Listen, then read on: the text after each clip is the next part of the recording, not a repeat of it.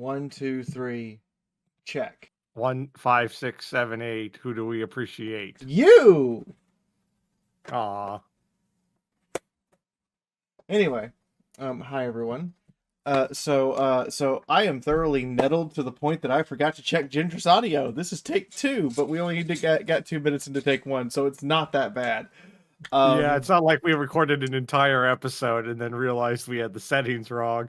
But to explain, nettled is like tier 5 of British angry. The Brits have like 37 levels of angry, whereas we only have like 3 or 4. And genuinely speaking, you might speak the same quote language, but American English is not British English in the slightest, and the number of just cultural slaps I've gotten while I've been dating my wife is pretty high up there. Yeah, and he answered as the great quote saying, English in this case is like two countries, same language, separated by an ocean. Yeah, so like just as an example of the language difference, I've been in a pub with my wife and her parents, and I overheard someone ask, "Hey, can I have a fag?" And I looked over shocked and mortified, only to see his friend pull out a cigarette, and my brain went, "Oh, right." Yeah, and there's to continue that, like, this is how many there are. There's a YouTuber of a cruise ship vlogger I follow, Emma Cruises, and she's British, and she has this series called a little segment in each episode called Britishism of the Week. Like, a perfect example she gave is torch, which you and I would think as Americans, oh, that's, something you light on fire. But in England, torch is what we call a flashlight. Yeah. So now that I've expressed this, I am nettled. Nettled is tier 5 of British angry. Other examples of British angry: stage 1, slightly put out; miffed, little upset; disgruntled, cross; exasperated, fuming, nettled; writing a letter, writing a strongly worded letter, writing a strongly worded letter with strong language; a phone call; seething; the use of the word bloody; the use of the word bloody while shouting; actually mad; silence; rage; British levels of proper pronunciation rage where they're enunciating every single word. These are just some of the examples as you're working your way up. Understand that violence in British angry doesn't happen until like 29, whereas in American angry, violence is like stage 3. Mm-hmm. So what has happened is 3 weeks ago, Pokemon Go. What they do wrong this time to make a good idea get worse over time. We know my thoughts and stance on Go, but I'm not judging you, Fee, but the fact that you are still playing Go. Yeah, so I still play Go for exercise, and I don't usually give them money. But 3 weeks ago, Pokemon Go made an offer through the Google Play Store that was, hey, if you spend $3, we'll give you a special research on top of whatever you bought. And the research reward, and the only thing advertised on the page was a Char Cadet. That's it. That is the only thing advertised on the whole page. Because it's been a second. What are cadets in the game? So a Char Cadet is it's the new Pokemon from the latest generation. Oh, okay. I thought it was like a person would go on. So in Scarlet, it evolves into. I'm sending you a picture. In Scarlet, it evolves into Samus Aran, and in Violet, it evolves into Edgy McEdgelord. Oh, okay. I've not seen this thing, but I can see how you would like it. Yeah. So that's what a Char Cadet is. Anyway, I was like, okay, you know what? I can get behind this. Mm-hmm. And so I paid the couple dollars and got behind it. And I finished the research today. Guess what I was not given? One of those. Correct. I was given a tandem mouse and a Sprigatito and a Wooper over the course of the research. But as you can see from the page, the only Pokemon ever... I'm uploading it to you now. My phone is just being slow.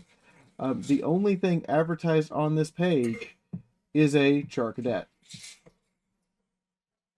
The only thing advertised on the page. That's the whole page. Yeah, nothing else. You get that boy. So I feel genuinely cheated. Yeah, this is again one of the many reasons why I got fed up with Go for a while.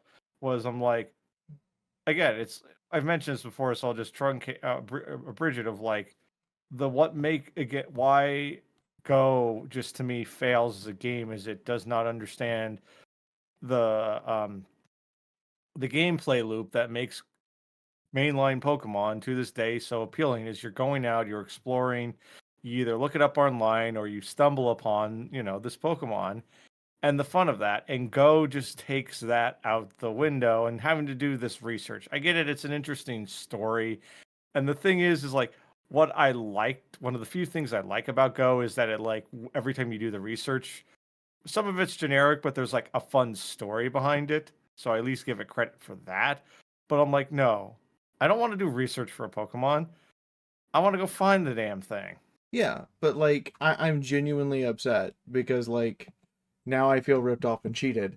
And like my Pokemon Go experience, I know we're gonna get to Warhammer here shortly and get into Skaven, but my Pokemon Go experience has just been wonky from the start.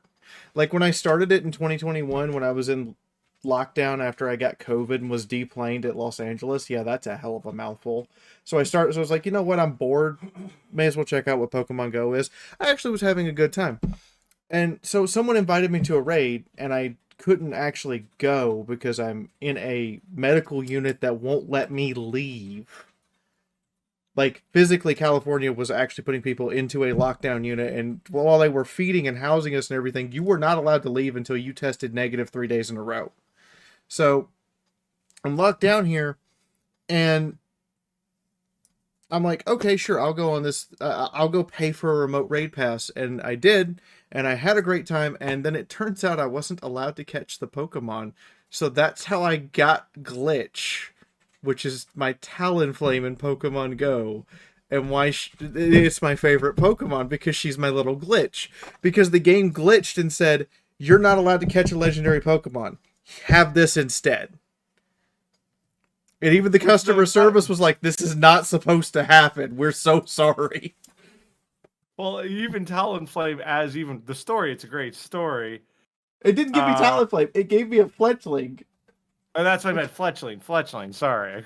Talonflame is what it evolves into. But, like, Fletchling is such a cute little, like, murder birdo. So yeah, she's my Glitch. But anyway, yeah, so... Yeah, now I'm actually upset with them because I'm like, I paid money to get this extra bonus. I didn't care about the thing that I actually bought, which was just some coins to get a couple of extra items. But yeah, no, I'm just upset. I'm like, this is upsetting. Anyway. Hey, less than 13 minutes and we're into the main video. That's a record for us.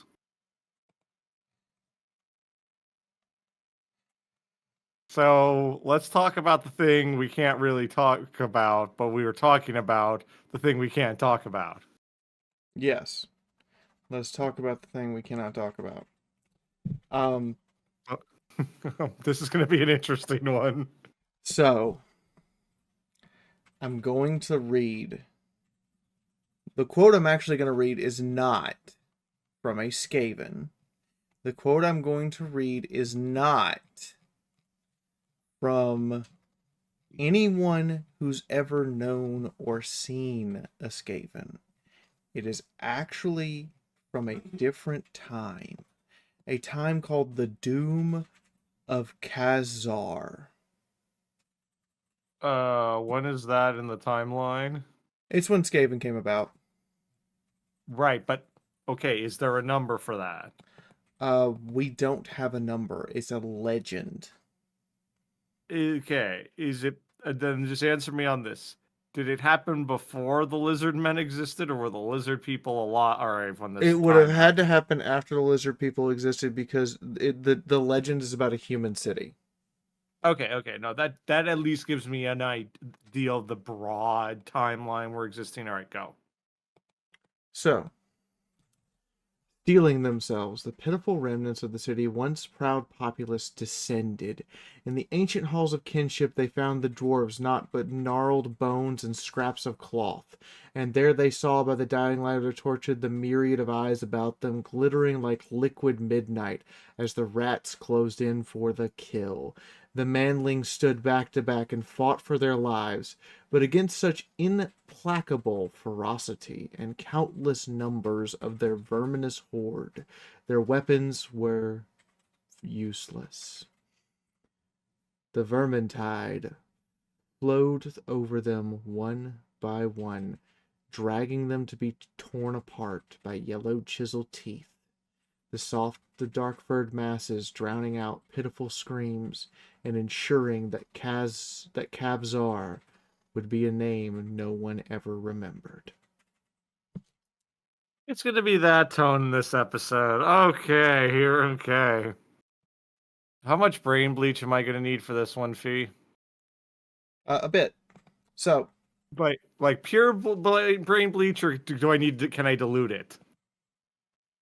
Okay, worse or the same level as orcs? I'm not gonna say worse, but it's pretty bad. So just a different flavor. It's a very different flavor. Very different flavor. So, Okay, all right. I'm mentally prepared for this. All right, let's go. the Skaven, also known as the Children of the Horned Rat, or the Underfolk, or just the Rat Men, kind of sort of operate on the grounds of what can you do for me? Everything is about self worth and improvement, even at the expense of everyone else. They are the greediest race ever. Period. It is said that they came about because of the doom of the city of Kavzar, which sought to build a tower as a testament to their gods. But a figure approached them when this great task that they were trying to do was taking so long and promised them all he could do it in a night. But his condition was they had to put a giant bell of his own making at the top of the tower.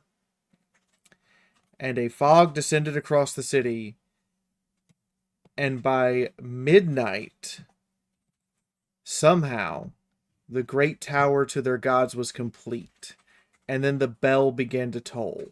And after 13 strokes, the city fell into total darkness and was consumed by the first Skaven. That city is now what we call Skaven Blight. Skaven Blight is believed to have come about around negative 1860, which is 1860 years before Sigmar. And very little is known about how it came about beyond the legend of Kavzar's doom. So that's the kind of episode we're dealing with right now. Yeah, this is definitely like lizard folk. While like weird, it still kind of was fun and like not cheery, but there was like fun ridiculousness of like, lizard men riding dinosaurs. Like it's even in a grim dark setting, you can't help but kind of chuckle at that. This is I'm like, oh boy, this is going to be like, like when you picture typical English stories that somehow everything only happens at night and there's the fog. Yeah, it's that kind of darkness.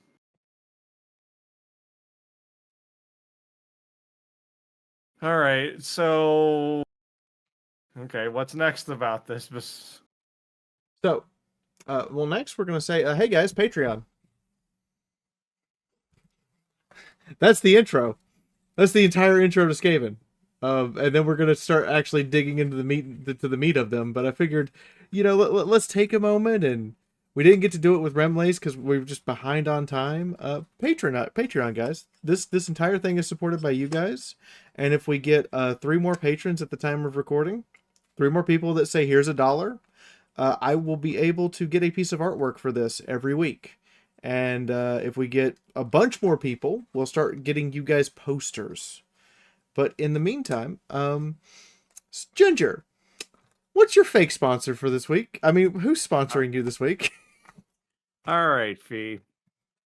This week's sponsor is Mike Spike. For those who may or may not know, one of the things that will guarantee any sound mixer, male, female, or whatever gender they may pick, what will get them really, really annoyed for a singer to do is something called cupping the mic.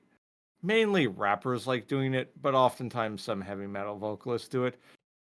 I could go into a whole reason, but let's just explain. It sounds like crap. It looks stupid. And oftentimes sound engineers want to avoid it. But it's kind of hard when you got music playing pretty loud to tell the singer, hey, stop copying the mic, dumbass. So what this company has invented, spikes right under that little like half circle piece of the microphone. That way, if they actually try doing it, they start getting little painful reminders. The spike mic. Mm-hmm. What's your sponsor, Fee? My fake sponsor this week for everyone is tech support you don't need. Have you ever decided to go try to get tech support at an actual, chain shop that like Best Buy, where they want to charge you to be able to get the tech support service that you desperately need, and then want to give you a discount if you agree to pay $200 extra right now for the rest of your life every year? Well, we're going to do worse than that. We're not only not going to figure out what's actually wrong with your machine, we're going to charge you more money to not figure it out. And then we're going to hold your machine hostage until you pay us. Because that's exactly what we do here at Totally Not the Geek Squad.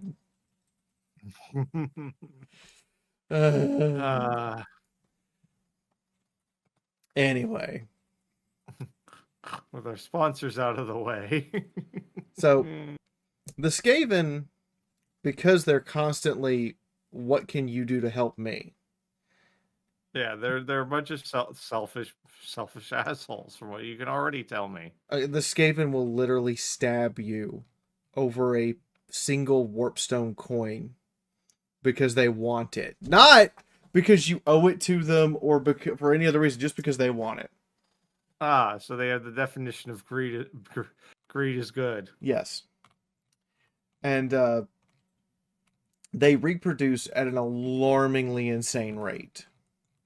Can you please tell me, are they a race that reproduces normally? Or are they yet another fucking... They reproduce normally, but Skaven women basically exist to be breeders. Okay, not great in terms of progress, but you know what? I bitch so much about asexual reproduction. You know what? I'm going to phrase this to you a different way. The Skaven are designed from the ground up to be a bad guy that you can hate for no other reason than they exist. There is no redeeming quality about them whatsoever. Oh, no. I understand that. It's just I just got so pissed off about you got orcs. We had 2 races in a row that reproduced asexually, and it just annoyed me to such a degree. But anyways, okay. So they actually do reproduce normally. Go on. But at an alarming rate. Now, are they I forget, what's the term? It's bipedal means... They are bipedal. They walk upright on 2 legs. Okay. Skaven are the kind of race that, well, there's some stuff you should know about them first, just in general biology. So, like I said, Skaven women are basically breeders, but Skaven men fight and kill each other for the right to have those women. Skaven, your place in Skaven society is literally dictated by the color of your fur. Ah. Brown-furred Skaven are the lowest rung of the lowest rung, because Skaven are eugenicists. You know how I love almost everything the tieflings stand for. You hate everything the I'm all, Skaven stand for. already, and we've barely gotten started. And no, I know. yes, that women are just breeders doesn't help, but it's yeah, but just the fact that it's by your color of your fur, and I'm assuming there is no possible way to change your status. You are stuck whatever color at birth. Actually, Skaven will lie about the color of their fur by purchasing dyes to dye their fur a different color. Yeah, but there's no quote unquote legit way to There's do no it. the only legit way is to prove yourself and make sure other Skaven for some reason say that you're the one that accomplished a task. So you Yeah, so let's go. Let's keep so you going. have Yeah. brown-furred Skaven who are either clan rats, which are just the hordes of them that show up, or slaves from other clans. Yes, Skaven engage in rampant slavery of both other Skaven and other races. Um, you have Grey Seers, who are the kind of sort of spellcasters.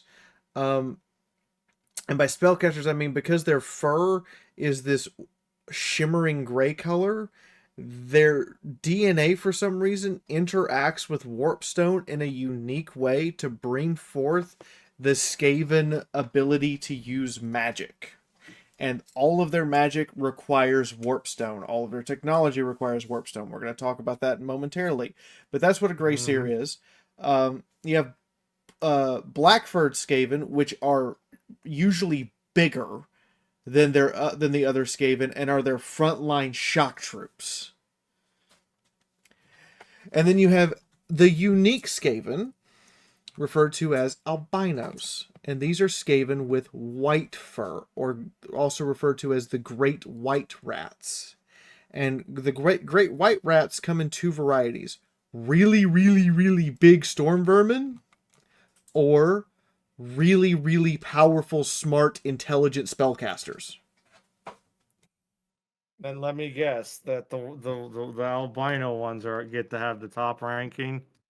Yes, the albino Skaven are usually at the top rank. As a matter of fact, the Council of 13, which is the council that leads all the Skaven, 5 of them are albinos. I'm gonna say it already. While the orcs aren't my favorite, already Skaven are my least favorite so far. I have not met anyone who genuinely just loves Skaven. They might like them ironically because you need a bad guy in a universe that's always the bad guy. Skaven fill that niche. They are always universally the bad guy. Right, because with the orcs, while they're they ain't upstanding citizens, we had plenty of stories of like, you know what, like there was a few characters where like, you know what, they may not be the good guys, but you kind of got to hand it to them for this. So that's the basis of their biology and their society. I'm going to go over their history real quick. So we had the formation of Skaven Blight through the fall of Kavzar, which is supposedly the event that brought the Skaven into existence. And the doom of Kavzar is a very, very long-winded story. And it's told from Chileans, who, if you remember from the orc episode, are the same people who bribed the orcs to fight each other for them. Oh, I think you gave the comparison. It was like Sicily or just Yeah, a it's it's very it's rich it's it's person. it's, it's like Sicily or southern Italy, but for Yeah, Warhammer. So you gotcha. have them. The reason why it is believed that Skaven act the way they do is because the first interactions with humans were Chileans who were merchants, very greedy, very stereotypical merchants. And so Skaven thought that if you take that to its extreme, that's how everyone is supposed to act. But that's the belief. There's no factual evidence to support that. Um, and then at about 1600 years before the Empire, the Skaven decided they needed more space to live and began great migrations with 12 different gray seer Skaven called the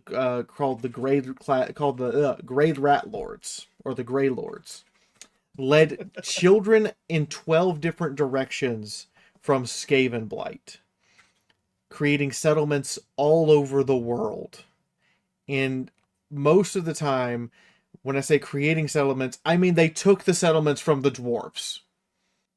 They didn't make their own settlements. They took them from the dwarves mostly. Or they inhabited abandoned places that the dwarves had left behind. Obviously, this means that Skaven immediately come into conflict with dwarves. Yeah. And dwarves are none too happy about it. Also, quick side question. Are there any races where the dwarves are like buddies as you can be in Warhammer? Like buddies period, or just kind of nice to each other? Yeah, nice to each other where they don't like have a general hatred, because almost every race you've mentioned, Fee, and the dwarves in the same sentence is, yeah, the dwarves don't like these people. Kislevites, humans who live in Kislev. Okay. They're pretty good friends. Almost universally. And sometimes Imperial and Bretonnian humans, but otherwise that's kind of it. Okay, so go on with the Skaven. So the Skaven encroached into dwarven tunnels, and the dwarves were the first to have to fight them. And a part of this is also the reason why. You remember that Nagash guy I mentioned that we're going to get to with Tomb Kings? The reason why Nagash is currently sleeping is because he lost a great battle to the Skaven during the Skaven Great Migration, and they kinda might have done enough damage to this lich that he needs to go regenerate. Damn. So it's literally their fault that the Tomb Kings were able to rebel against Nagash and imprison him.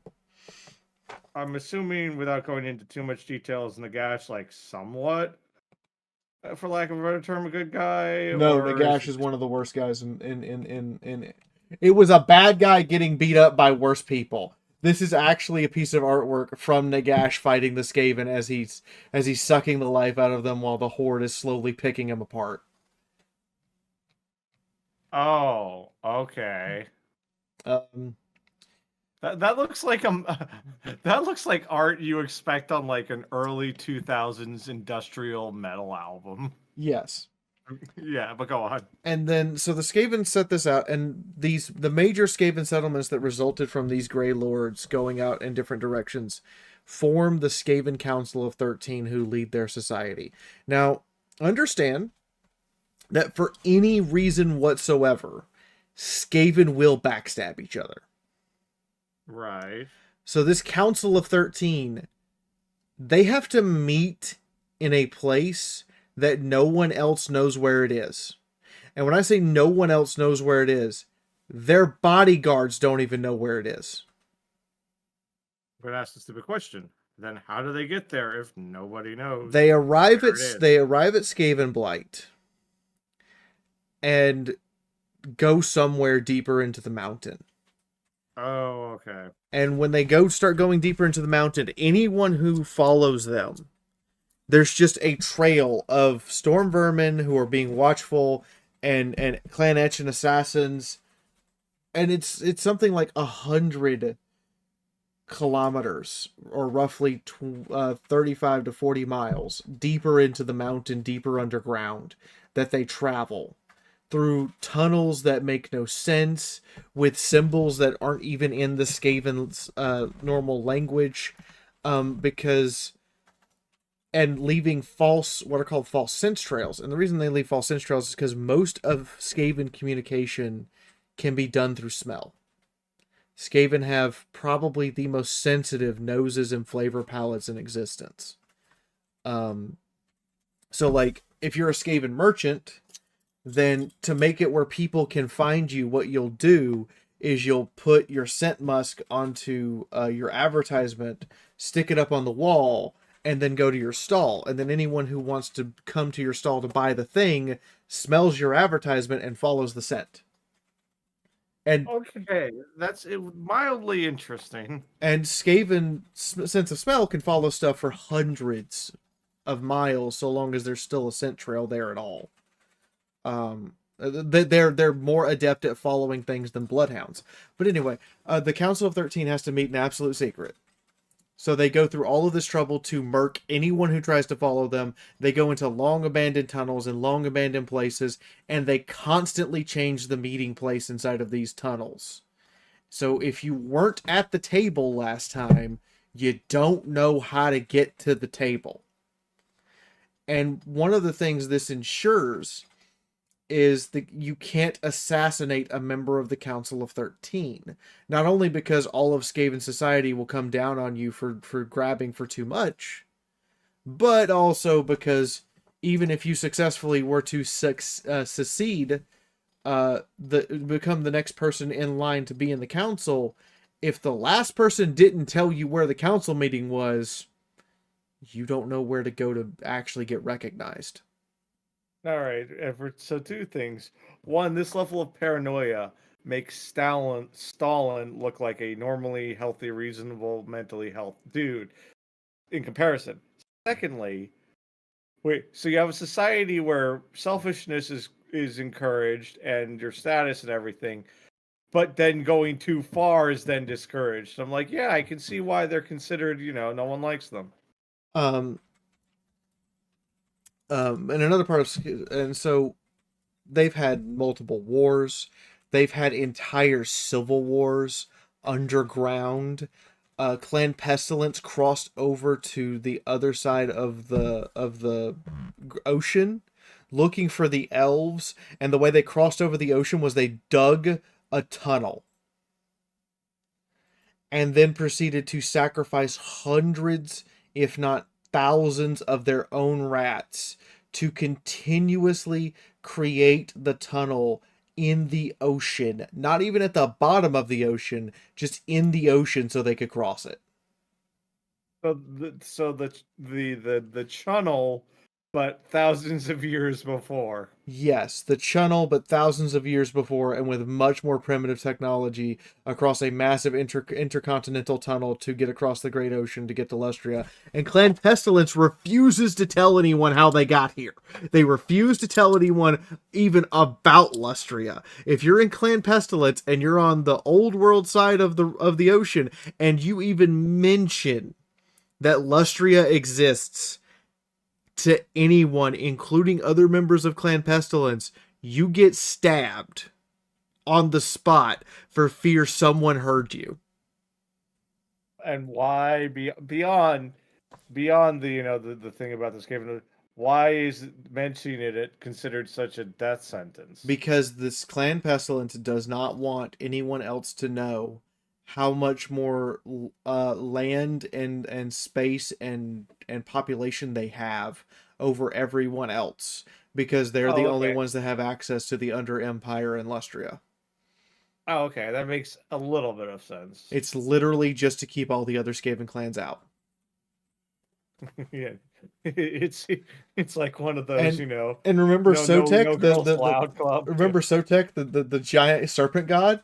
Yeah, no, he exists because of Clan Pestilence and because the lizard men were trying to get rid of the Skaven. Literally.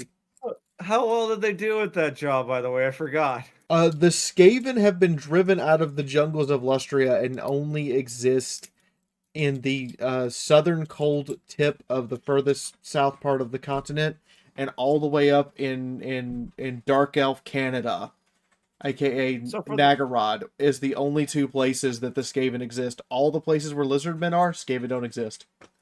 Okay, so for the most part, they were successful. But the lizard men know there are more Skaven in the world and are actively trying to hunt down where they are, which is the other reason Clan Pestilence doesn't talk about Lustria, because they don't want it to get back to any lizard men that where Clan Pestilence is from, because they're afraid that that the lizard men will come after them.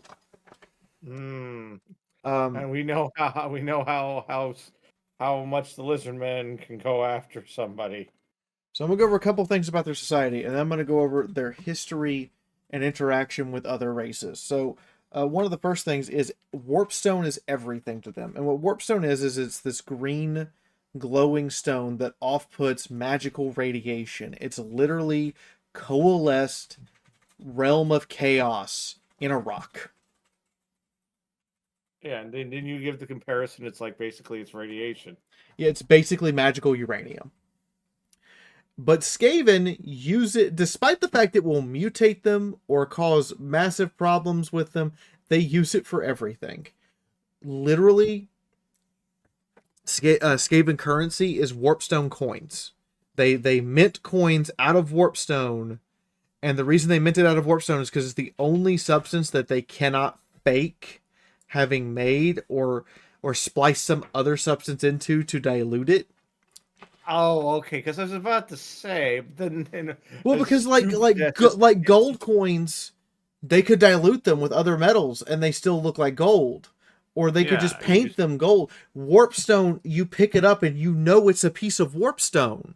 And you know it's pure warpstone. Yeah, because you can. It's kind of, for at least what you've told me, it's like, it's the same thing. You can't make impure uranium.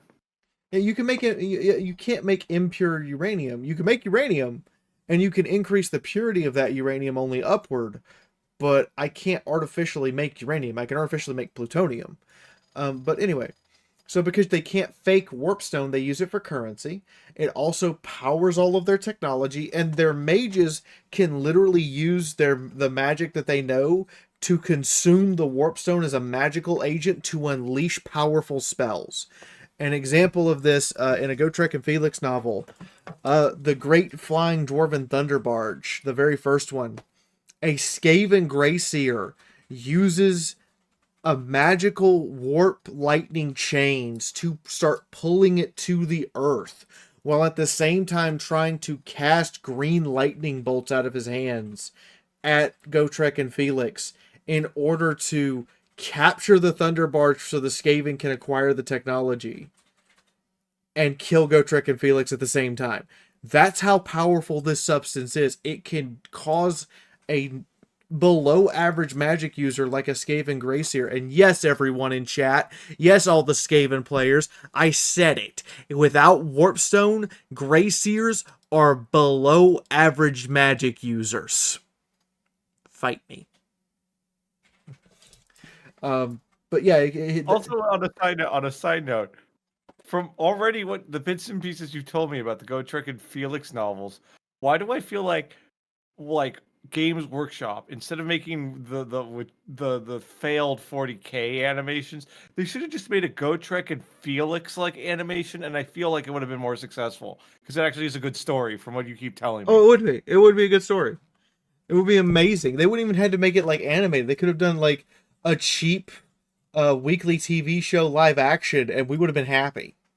Oh yeah, no, this sounds like I'm actually going to at some point read the books because each like I said, each story, even if it's snippets, and I understand there'll probably be some boring parts, but like the stories seem actually interesting. Yeah, there. But to give an example of the paranoia while we're on Gotrek and Felix, I'll give you the best example of Skaven paranoia.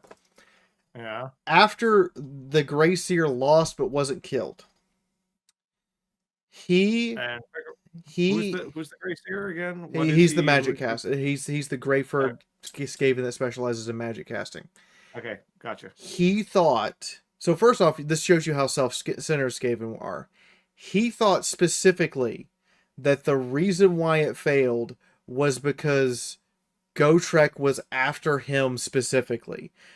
Gotrek and Felix weren't even aware that he really existed, and didn't even acknowledge, and thought he died, and it was just like what, and we're just like whatever. It's so funny because they go like 7 novels with this Greyseer coming back and forth, and he's utterly convinced that Gotrek and Felix are after him, and at no point are Gotrek and Felix even remotely acknowledging his existence. And then when he finally goes after them for revenge, he goes, "It is I!" And Gotrek and Felix go, "Who the hell are you?" It's literally the meme from the Avengers movie where Scarlet Witch is like, "You've taken everything from me," and he goes, Who are you?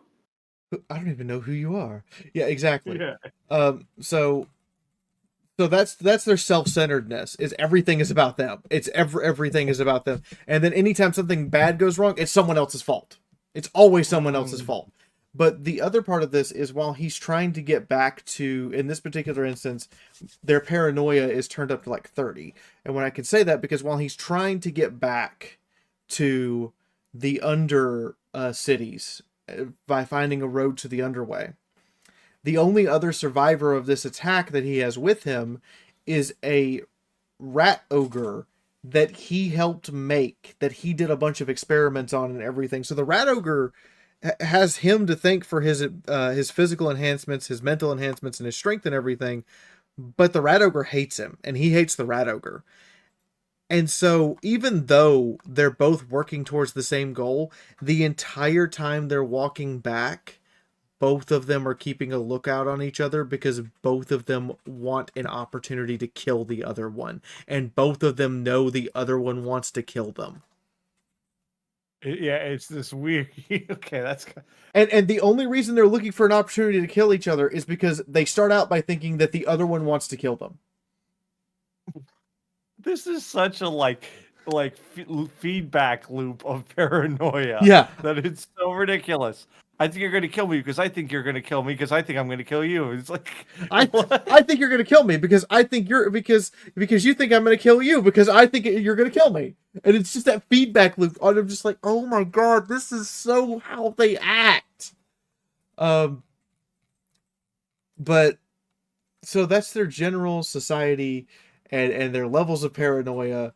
Um, physically, they have another problem. What now? Skaven have a weird relationship with food. Is this the kind of thing that I'm going to have? Like, I'm not going to feel like I want to eat, or No, is it no, just? no. So Skaven Mm-hmm. have an issue in that for some reason they have what's called the black hunger. The average Skaven, at minimum, in order to keep them from not going and being cannibals or going into like a rage for food, has to eat a full meal 5 times a day. Jesus. Now what? Now what is now the definition of like our definition of a Yeah, full meal? the average Oh, Skaven will consume between 5 to 8,000 calories a day. Or they will go into rages to get more food and won't stop at cannibalism. They will just keep going. Jesus. Um, and so like a journey from Altdorf to Null, which on the Empire map is only about 2 days travel. And Skaven are physically faster than humans, so for them it's less than 2 days. And a Skaven army traveling between that short distance between those two cities would stop and eat 18 times in just under 2 days. Why do I feel like if the Skaven existed in modern society, they'd all have Costco memberships because they need that much food? And when a Skaven is, quote, starving, they will consume anything edible within reach, even if it's bad for them. Mm-hmm. This also means that you don't really get to recover bodies if you lost a battle against the Skaven because they probably ate everything. And one of the worst fates in Warhammer fantasy is to be of a different species and be enslaved by a Skaven. Skaven do not have the drive to have sexual relations with anything other than their breeders, aka Skaven females. But Skaven also think everyone else's society works the way theirs does. So, they view women as breeders and therefore use them as bargaining chips the same way they would use Skaven women. They view children as disposable, and they genuinely view people captured as the same way they would view captured Skaven from another clan. They're just slaves to be used however I want. Again, your feed, the continuing we have now found, but again, I'm probably in the majority. We've now found my least favorite Warhammer race. Oh, I hate them too. I hate them with an absolute. There is a reason why there are 2 video games, and they're the most popular Warhammer Fantasy games, arguably, and that's Warhammer Vermintide, where you just kill tons of Skaven. It's because you have no other reason than to be like, I hate these things this much. Well, yeah, it's like also why, people like also the first Indiana Jones movies because he punched Nazis. It's the same kind of like energy. The same kind of energy. It's just like, I get to do this thing against people who genuinely deserve it. Yeah, exactly. Now, this is most of Skaven society. We're going to get to the wars, but I want to make sure you're okay. Are you okay? Yeah, I'm okay. All right. It's just I don't like these guys. Oh. This is not causing any emotional problem. I just don't like them. Now, Skaven language is it's called Queefish. Like queef. Like it's called Queefish. And they call it that. The dialogue is littered with a hodgepodge of broken English, rapid squeaks, scent markings, and sudden trills of the throat. Why does this sound like a comedy sketch? To give you an example, I'm going to read a quote from a Skaven. Yes, yes, you give to Queek, greatest warlord lord. That's a quote. Okay, that's the that's the kind of energy we're dealing with. Okay. That's the kind of energy we're dealing with. And the problem with this language is it doesn't have an official alphabet. Wait, meaning in world or it's in world it does not have an official alphabet, meaning that there are thousands of pictograms to convey a single word of concept, or there are times where 2 Skaven from 2 different clans speaking the same language have completely, utterly, insanely different meanings. And like the mistranslations often involve fights that cause the death of thousands of Skaven. So it's both twofold.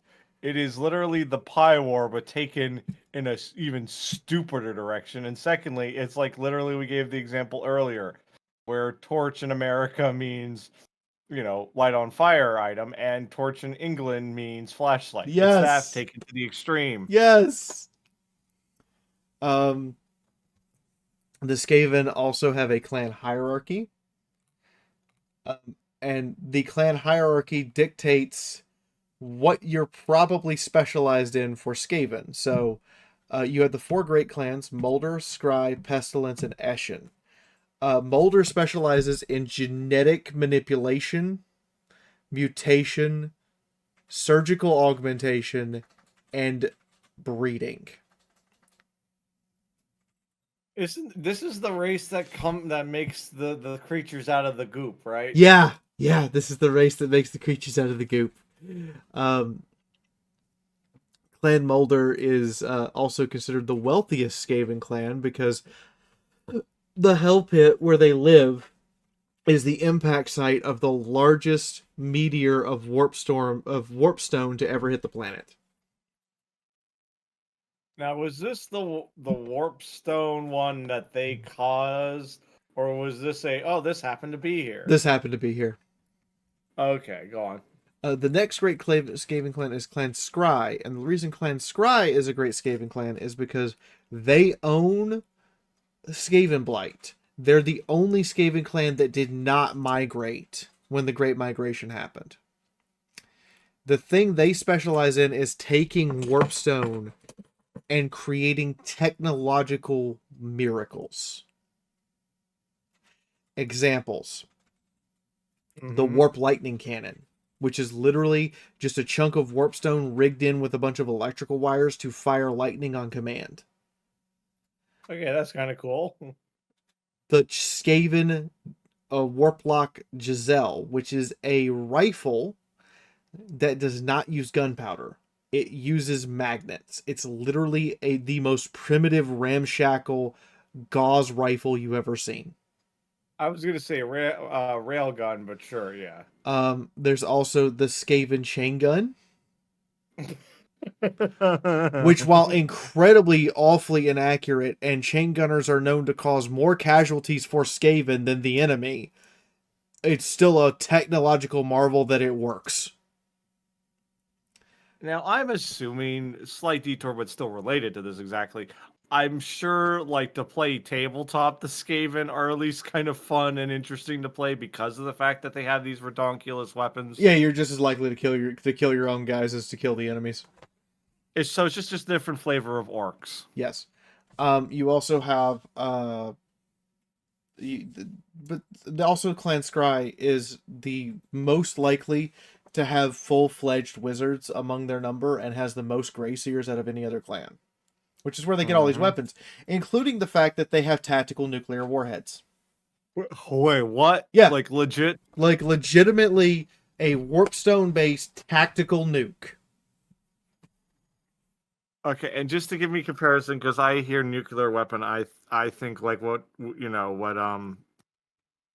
Oppenheimer made. Are we talking more of the quote unquote smaller ones we use in modern warfare?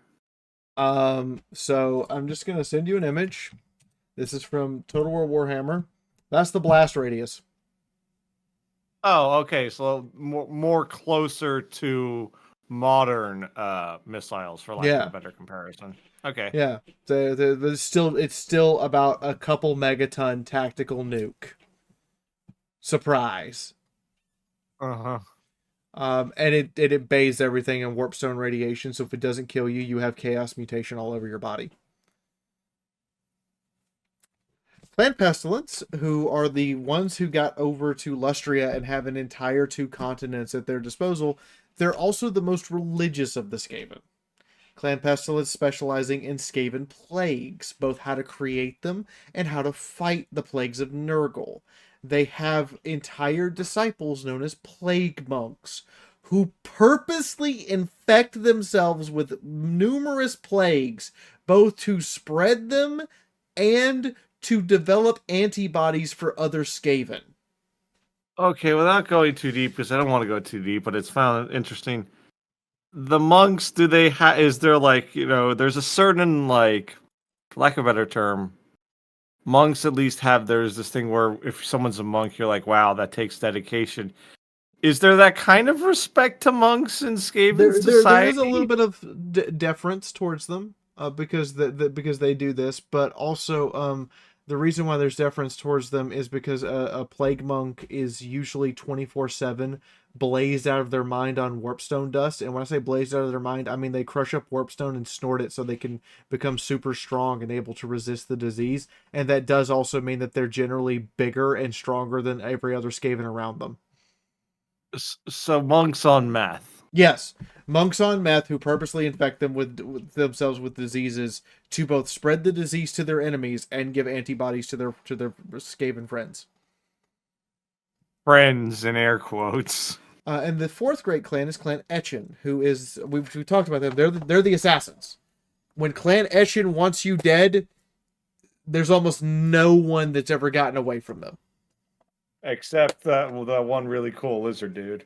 The reason why those people stand out that actually don't get killed by Clan Etchen is because it's so incredibly rare for Clan Etchen to not succeed at an assassination that it's like a plane crash. But nobody, but instead of nobody dying, it's a ton of Skaven have died to try to kill you, and somehow failed. Wait, was this also? I remember this was going back a couple episodes. The dwarf who, I forget the name of it, but like her fiance died, and then she raged war. And this is that same clan where they were going to try and kill her, and then she died of old age, and they. This is Valea. This is the clan that tried to kill Valea and failed. or the lizard guy and failed, or Felix and Gotrek and failed. And they weren't even after the dwarf; they were after Felix because they figured without Felix, the dwarf would be would have a reduced threat and have to go find a bard for a little while because they figured they couldn't actually kill the dwarf, and they couldn't even kill Felix. And without reading too much, is Felix like? Is he just a normal dude? Yeah, Like Felix is a normal nobleman's son who would just so happen to be trained really good in fencing, but he has a really cool magic sword too. But apart from that, he's just a dude. He's not. Gotrek has had to save him hundreds of times from all sorts of threats. But Anything from just orcs to Slaneshi demonettes who he failed his willpower to resist their allure and was walking towards them in a daze about to be gutted, to like vampire, to an actual full-on vampire. Gotrek has had to save him 100 times over. But can we please have a whole episode just dedicated to these two? We will. We will have an entire episode where we just talk about Felix and Gotrek. I will even give you my Audible account. I'm not actually doing that. Please don't blame me, Amazon. But I'll give you access so you can like listen to a couple of the books just so you get an idea. I might even read them because, again, as I said this before, these stories, like, I feel like are up my alley of like, it's serious, but there's also it's fun. They just feel like fun stories. But those are the 4 great clans, and those are the only 4 Skaven clans who are guaranteed a council seat. Okay, so my math, there's 13 for... There's 9 other council seats. And there are 50 other Skaven clans. The way you get a council seat is to convince the 4 permanent council members that your clan is worthy of having a seat. And then you have to constantly convince them that it stayed worthy, or they kick you off. And when they kick you off, they cut your head off so you can't tell anyone where the meeting is. Okay, again, but so in theory, it is not permanent. Same leaders in theory can change. Correct. There are 9 council members who not only can change but do change on a regular basis based on which Skaven clan is currently in favor with the 4 permanent seated members. And they all agree to swear allegiance to the Great Horned Rat, their god. And I need to emphasize this part. Their god is quite real. Oh, like we have actual proof that their god is real. At the Council of 13, they have a method to use Warpstone to talk to him. They just have their god on speed dial. It's not necessarily speed dial because it involves like a lot of technology and even outright blood sacrifice to pull it off. But they can just talk to their god for brief periods of time and hear what the Horned Rat's will is. And the Great Horned Rat is the only Skaven whose will and desires are absolute. Even the 4 permanent council seats can have their council members changed through infighting, assassination, or just general the person fell out of favor and has been demoted. And by demotion, I mean, backstabbing. Yeah, backstabbing seems to be a very common thing with these people. And then the Horned Rat is also considered the Grey Seers who oversee the rituals of the Horned Rat are also the ones who drive Skaven to war and to times of peace. Wait, say that one again. So the Grey Seers, who are who also act as the priests of the Horned Rat, are the ones who frenzy up Skaven into going to war, and the ones who calm them down so they have times of peace. Okay, that's kind of interesting. And it's usually war against other Skaven or other races. Okay. And then there's what are called, and this is the fun part, and this is why the concept of a Skaven Sigmar Paladin exists. Right, which is plug for your for the tabletop game. Isn't someone has signed up to be just that? No one has signed up to be that, but if someone does and you can play it properly, you're in. You just straight up. Tabletop game sign up in the description. If you sign up to be the Skaven Paladin of Sigmar and manage to play it properly in the interview, you're in. We're just gonna have that. But anyway, the Skaven so the Skaven have heretics. And these heretics these heretics fall into a couple of camps. Go ahead. Insert heresy meme here. Yes, insert heresy meme here. So the first one are the plague rats of pestilence can be corrupted by the chaos god Nurgle, who is the chaos god who is the chaos god who dictates entropy and plagues. Nurgle's just a funny name to me. I'm sorry. It is. And they can be so corrupted by Nurgle that they can actually become demonic plague bearers of Nurgle. It's one of the few non-human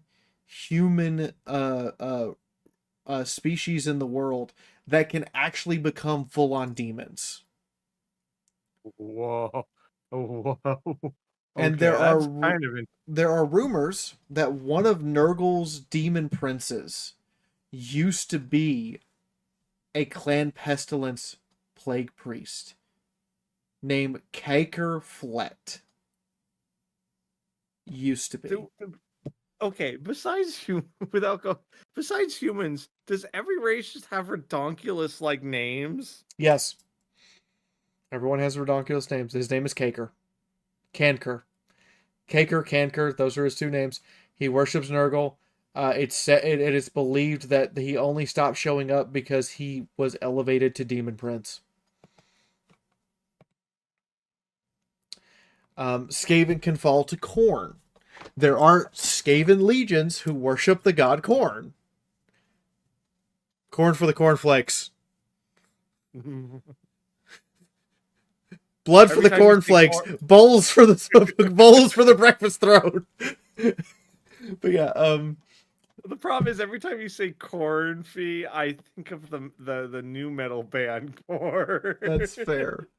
But also, it is said that one of the reasons why the Skaven have not managed to take over very many human cities is because there are Skaven traders and heretics who worship Sigmar in secret and live in secret inside of human cities as worshippers of Sigmar who go out of their way to undermine Skaven plans to destroy or take over those cities.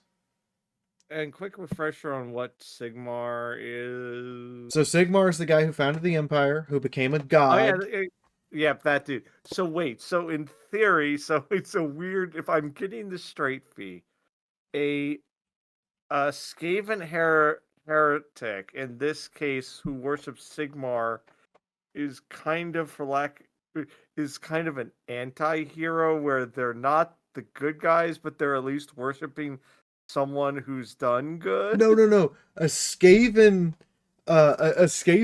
who worships Sigmar is the ultimate anti-hero because he has thrown off the rungs of society that have been put upon him and said, "No, I will be better." And they are extremely rare. So, okay, you finally this is so again, because the good guy doesn't really exist in it. But for lack of a better term, because they're the anti-hero, but so then they are then following for this argument good values then? They go out of their way to try to undo all of the instilled knowledge that was given to them by Skaven society and try to have the 6 virtues where the biggest one at their top of their list is generosity. Okay, I see what you mean by playing a Sigmar. A paladin of Sigmar as a Skaven would just be First off, it would blow everyone's mind. Second, it would be funny. And third, it would just be like, it's the hardest thing in the world to play because you are constantly at war with everything you were taught growing up and your own self inbred paranoia and the very religion you're trying to follow. And you don't have the benefit of seeing a therapist to help you with this. Correct. And it's So I'm believed guessing, it is believed that Skaven paranoia is so horrifically ingrained in their heads that it's bred into them at this point. so I'm guessing if you were to play this character, you would have to like I'm sure there either the system exists or you would have to build a system for like your paranoia and like will saves for I'm using generic D&D terms. Will saves for when you want to do a good thing, your character would have to then fight to be like, do I do the good thing or do I do the instinctually bad thing? Yes, your character would constantly be at war with themselves over and over and over again.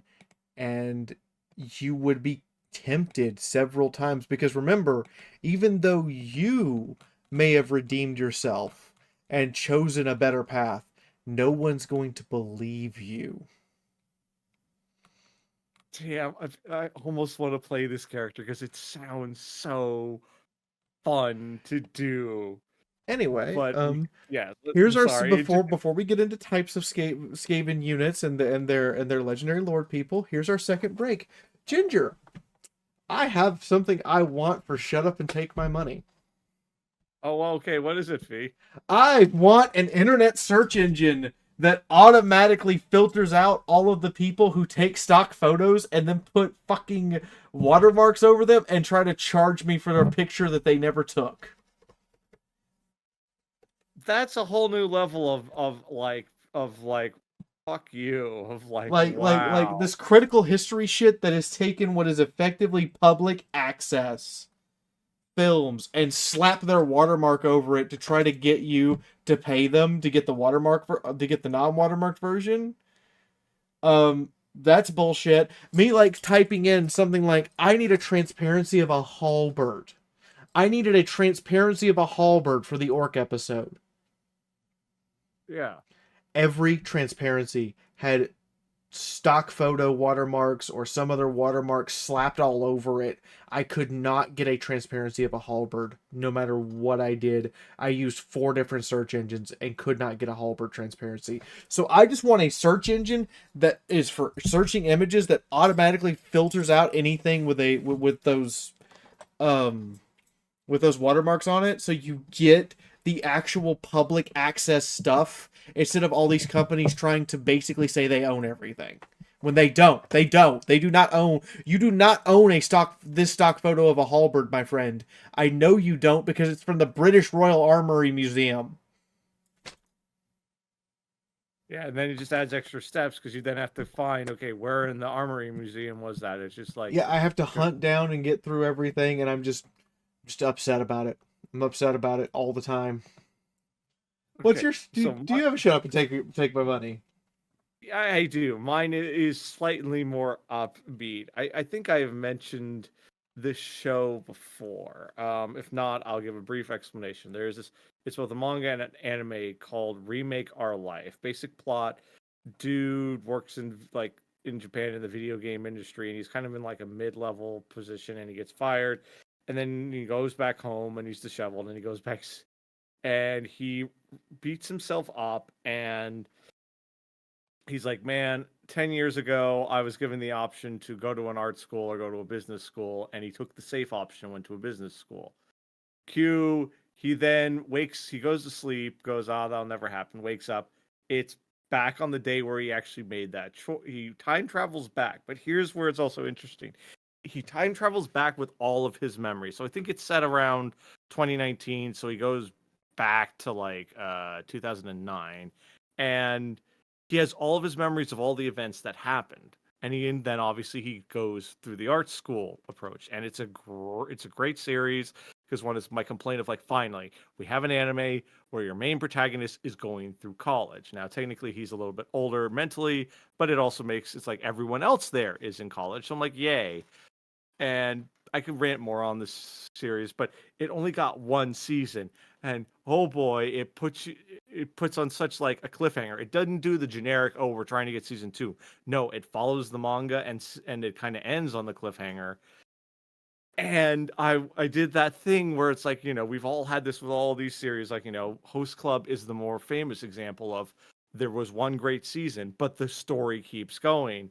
This is a similar one. I've had to dig, and we've all done this. We've all found that series where the either the anime stopped or they have stopped publicizing the manga, or they're taking their sweet time. So you then have to go to fan sites.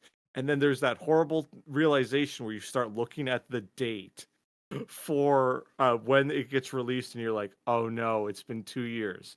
So my shut up and take my money, and unfortunately, Remake Our Life is like that. From what I can tell, the manga keeps going, but it didn't get popular enough. I want either, at least I will take just a official release of the manga translated, because this story was so good, because without spoiling it, it puts on this point where you're like, oh god, this tugged at my heartstrings so much. And but it's kind of that good way, and I'm just like, oh please, I want more of this story. I don't want to, like, and I've even had to hesitate reading like the last few chapters that are fan translated, because it's that moment of like, when you reach to that point, you're like, there's no more available. I don't know Japanese. Yeah. Yeah. I understand I'm that sure you pain. have a series like that too, Fee, where you're like, I have a you lot and of series, and I'm gonna say it. Um, I have a lot of series, and even though I know a good chunk of Japanese, I don't speak it very well personally. I understand most of what's being said. The subtitles help me out significantly, but in almost every single case, because of the way Japanese language is structured, it is much more difficult, at least from where I'm standing, because I don't know how the language is interpreted within the culture. And when I say that, what I mean is this: you don't truly know a language until you can sing it and get the emotion being felt by the song. And I can't do that. So, I know you what with you mean, this yeah. in mind, I prefer dubs. Straight up. You want to know why? Because the English voice actors do a damn fine job, and the ability to convey emotion and understanding and to perfect a character in my native language is very important to me. Yeah, like a perfect example. Like I found that like the argument where it's, like, I get where some people, I can see both sides, but I've always found the war of sub versus dub so stupid. Because like, have you seen Durara? No. Okay, without going into detail of it, but basically there's a scene where everything is happening over text messaging. And I remember watching it. It was the official sub, but a lot got lost in it because one, it happened so quickly.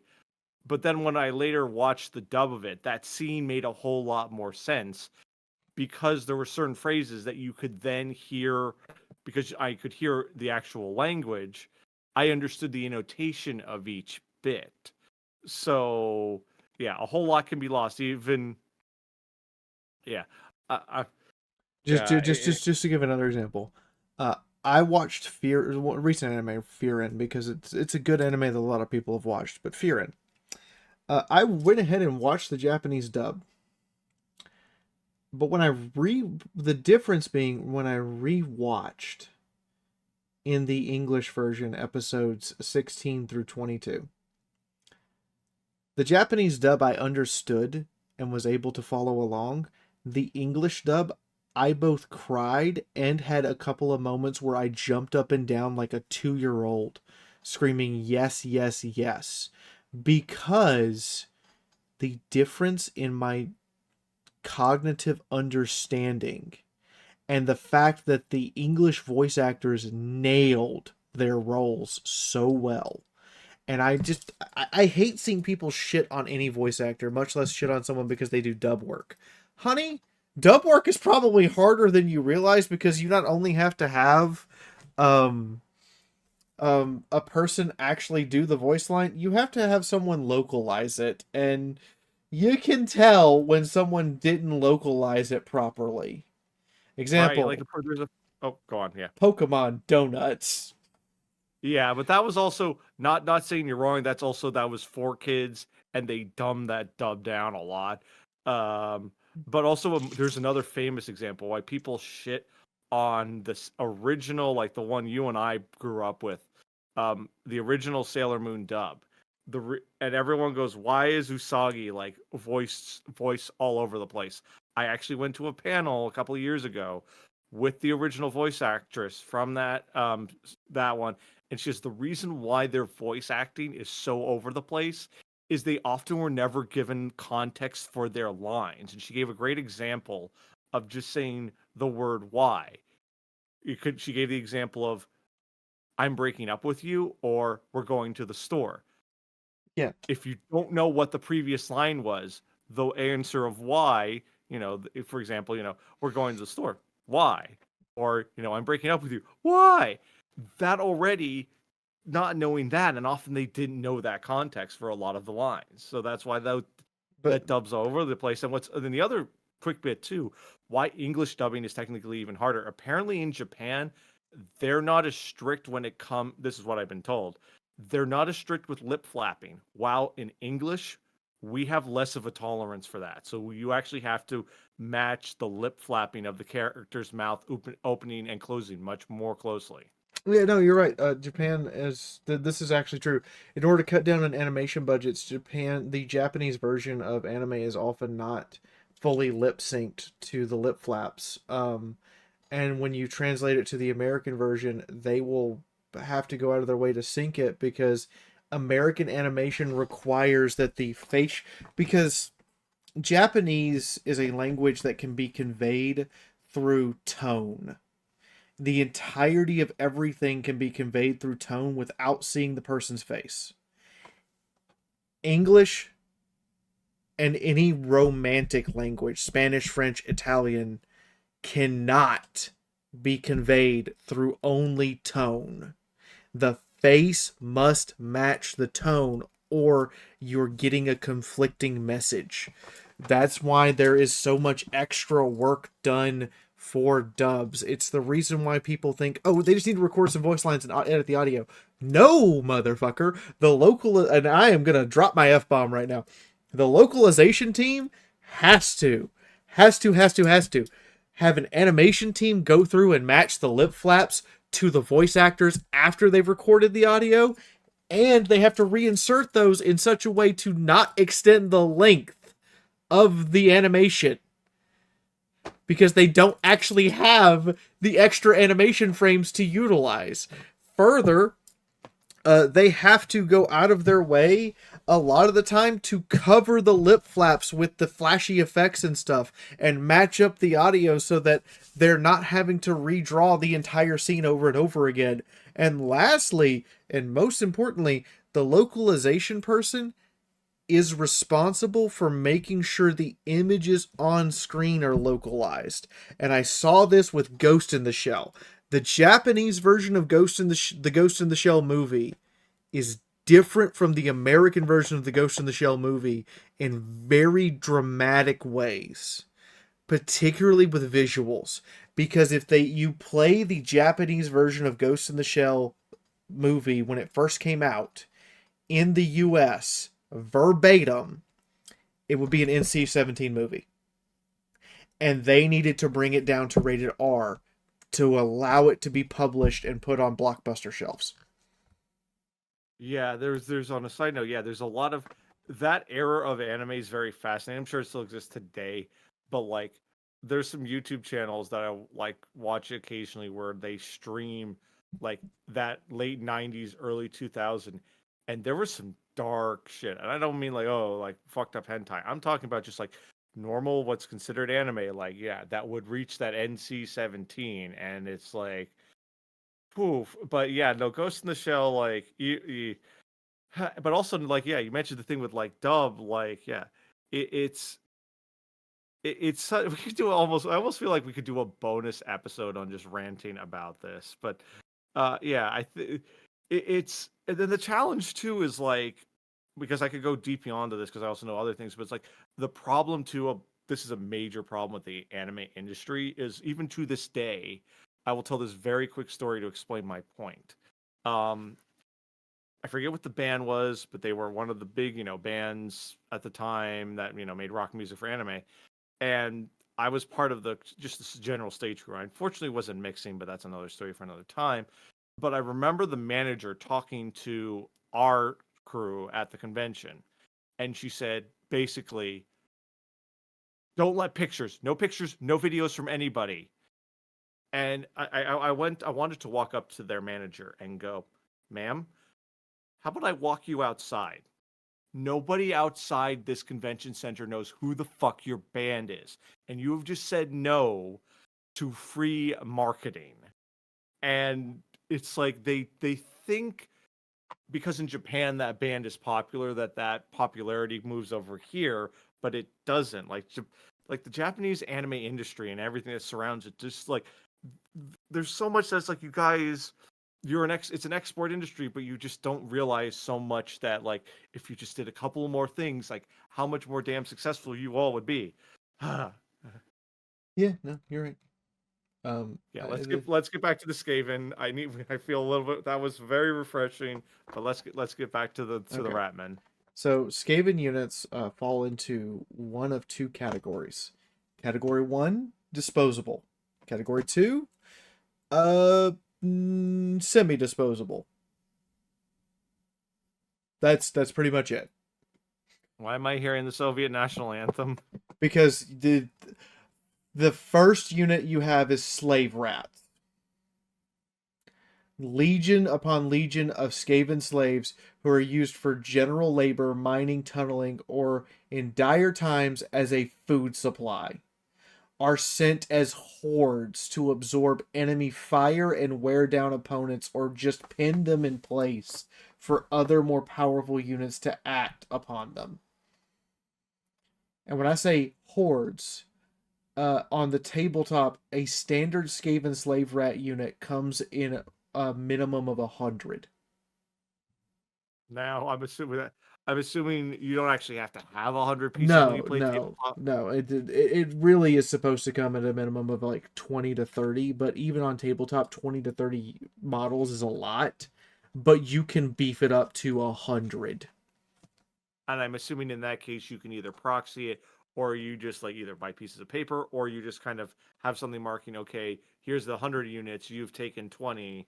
A lot of people do that, but you're actually supposed to have 100 units on the formation block moving around, which is just silly. Clan rats, which make up the bulk of most Skaven armies, are just brown-furred Skaven who are above the rank of slave and therefore above the rank of potential food. Congratulations, you're not food. The most stark difference between slave rats and clan rats will have clothes. The other slight difference is they might have some light armor here and there, but that's about it. Up next is the actual. This is the first semi-non-disposable unit, Storm Vermin. Storm Vermin are equipped with long glaive-like spears, which if you a glaive is a spear weapon, but it has a long blade on the end instead of just a pokey bit. They're generally heavily armored, and they live lives of comfort outside of the battlefield. Now, without Go ahead. Go on. Go ahead. I was going to say, what is life of comfort for these rat folks? Generally speaking, after leaders, Storm Vermin receive food first. And if you are a recognized Storm Vermin, you are guaranteed to at least not have to do hard labor on any given day. There are Skaven who will go out of their way to dye their fur a different color and pretend to be Storm Vermin until real Storm Vermin come along, and because they don't smell like Storm Vermin, out them.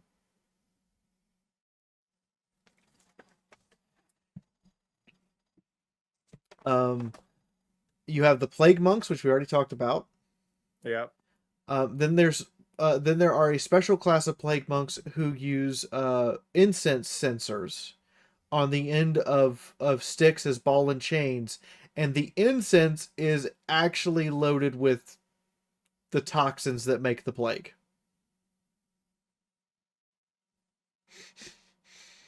And they charge into battle with these.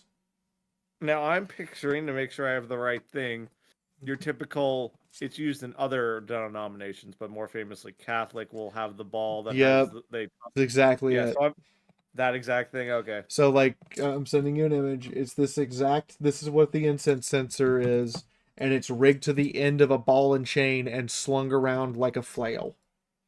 Yeah. Yeah, Um, that's pretty much what I had in my head.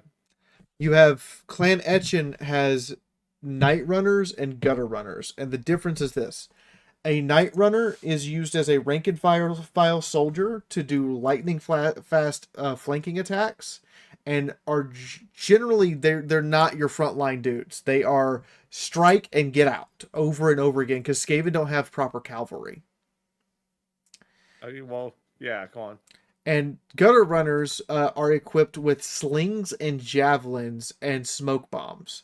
And they generally try to stay away from their enemy, specialized in the art of stealth, and skirmish over and over again to wear enemies down slowly. Again, remember, Skaven are faster than normal humans, so they can outrun people on foot, but people on horses they're not getting away from. Oh, okay. The next unit you have to look out for is what's called the Packmaster. So, do you know what a Taiwanese man-catcher is? No, and I don't think I'm gonna like finding out. Okay. So, this is a man-catcher. And what it is designed... and this is the police enforcement version. What it is designed to do is for a person with a polearm-like object to grab someone else and hold them in place. So you cannot approach the person, but you can't get away from them. And the spiky pokey bits is actually used in warfare to capture prisoners, because it's wrapped around your waist, and if you don't come with them, it's going to rip your kidneys out. And if you try to charge or approach them too quickly, it's going to spike your stomach. This is what Skaven Packmasters are armed with.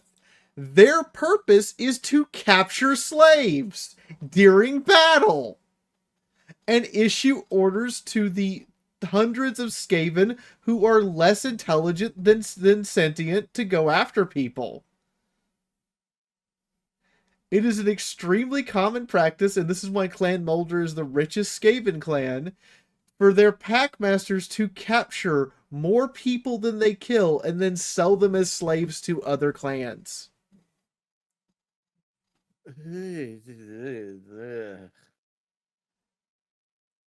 You also have... We're just continuing again more like again this is a weird this is like a weird mirror of tieflings. The more not halflings, Jesus, halflings. Oh, I do like tieflings, but anyways, halflings of like the more I found out about them, the more I love them. The more I found out about these folks, the less I like them.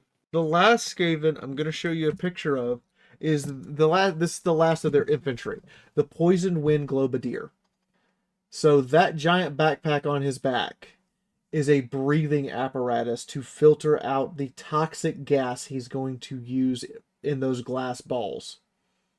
Yeah. They're straight up throwing nerve gas at people. Fun. It's very primitive nerve gas and not hyper effective, i.e. you have to have prolonged exposure. So what they will do is they will use their slave rats to pin enemy units down and then unleash waves of poison wind globadiers at them to kill them.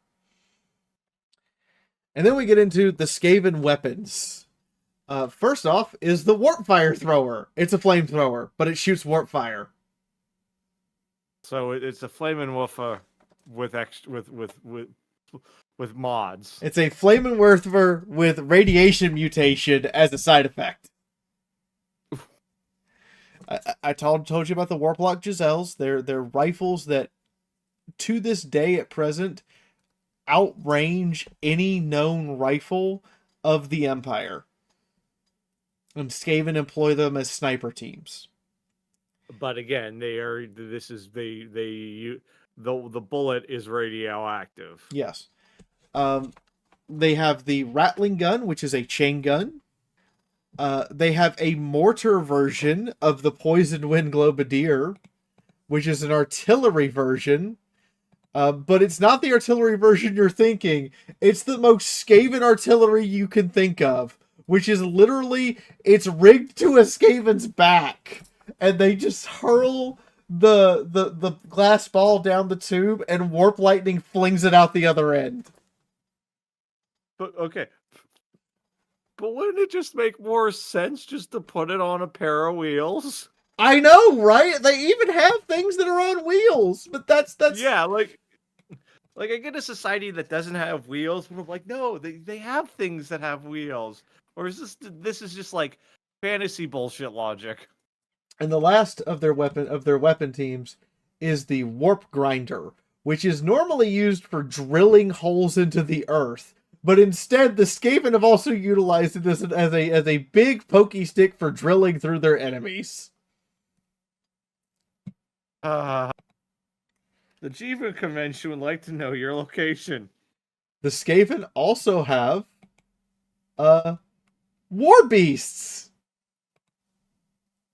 Okay. The most common War Beast and the one commanded by the Packmaster are the giant rats. They're about the size of dogs. Up next, we have the Rat Ogre, which is what happens when Clan Moulder crossbreeds a Skaven with an ogre. Okay, that's less nightmarish than I thought. Still nightmarish, but less than I They expected. also are known to replace limbs with weapons and to permanently sew into their skin warpstone as well as armor. I have avoided the nightmarish pictures for you because I don't want you to. I'm showing them to the audience, but yeah, no, that like you think, oh, it's just a rat ogre until it has Wolverine claws instead of a hand. This is one of the. I've been watching almost all the episodes I've rewatched. I'm not rewatching this one. Oh no, that's fair. That's fair. Up next, and the most uncommon Skaven unit. And the reason it's uncommon is because it's specifically bred by one Skaven clan from out in the Chaos Dwarf deserts. Clan Vern is known to use giant scorpions. That's It's just a giant why? scorpion. Because they live in a desert and they manage to tame the things. Now I just picture the conversation where they're like, they first discovered a bunch of Skaven, just go, yeah, that thing that's poisonous, let's try and tame it. Now I'm going to emphasize this next one, okay? Please make sure that you're fortified, because this is by far the worst thing in all of the Skaven, okay? Okay. This is called the Hell Pit Abomination. And I want to emphasize this point. There are thousands of variants because Clan Moulder is constantly experimenting to improve these things. But this is what happens when to Clan Moulder, when one of their Skaven females no longer produces children, they turn it into an experiment. The thing is massive. It's about the size of a hydra or a small wyvern. And it has an entire brood of ready-to-go slave rats in its belly, so when it dies, it releases all of them. It is tainted with all sorts of warp lightning, genetic mutations, and everything that Clan Moulder can put into it. It is the absolute worst Skaven unit. It is the Skaven at their worst, and it is the Skaven also at their best. Then we have Skaven war machines. and these are not body horror. Okay. So the first Skaven war machine is the Warp Lightning Thrower, which I told you about. Yeah. It's a cannon that's designed to convert Warpstone into lightning bolts that it fires out the other end. But also, like all Skaven inventions, it's pretty ghetto. Like, it looks like something Yeah. that Rick and Morty had Rick build in a medieval village in his backyard. Yeah, but again, this goes back to that whole thing with the anti-air thing. It's like this is proof that they understand how to put wheels on shit. Yeah. We also have the Plague Thrower Catapult, which is a catapult version of the plague balls. They Now, even made a okay, little hand for it. now this is gonna be this is random, but this is going somewhere. So, fun fact: certain planes used to use depleted uranium as counterbalance because it's so fucking heavy. Does Warpstone have a similar property where it's also really heavy and dense? I don't know if, judging from the size of the catapult, yeah, it's probably really heavy and dense, but I don't actually know that for sure. What I do know is that in this case, they use the Warpstone to provide the mechanical power. Okay, so it's not as weight. Okay, So that makes a not little so bit. instead of using ropes and pulleys, they just have the Warpstone discharge to fire it. Oh, okay. That while over the top, that I can see the logic in that. Now we also have what's called the Screaming Bell, and as I mentioned earlier, Bell is the bell that fell the Kavzar, the city supposedly, is why it's used. Skaven recover the bell towers, the bells from bell towers of any city they destroy because bells are a sacred symbol to them. And then they etch onto them arcane runes over the course of a 13-day ritual in order to create monstrous screaming bells.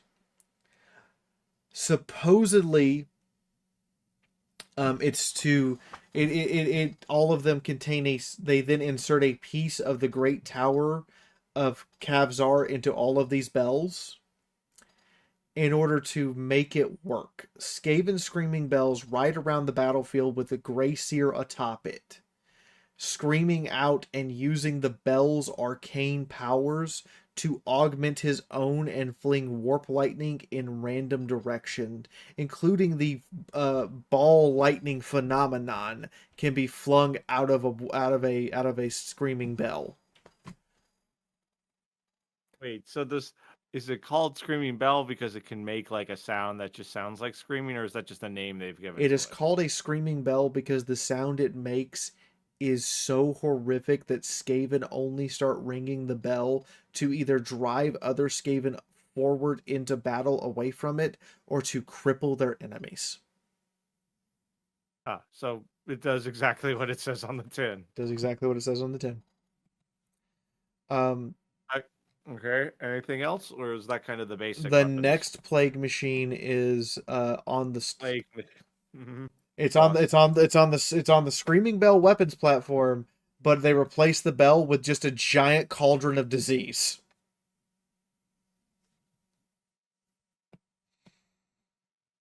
We're Oh, the Geneva would like to know your location immediately. yeah, that's all using the app.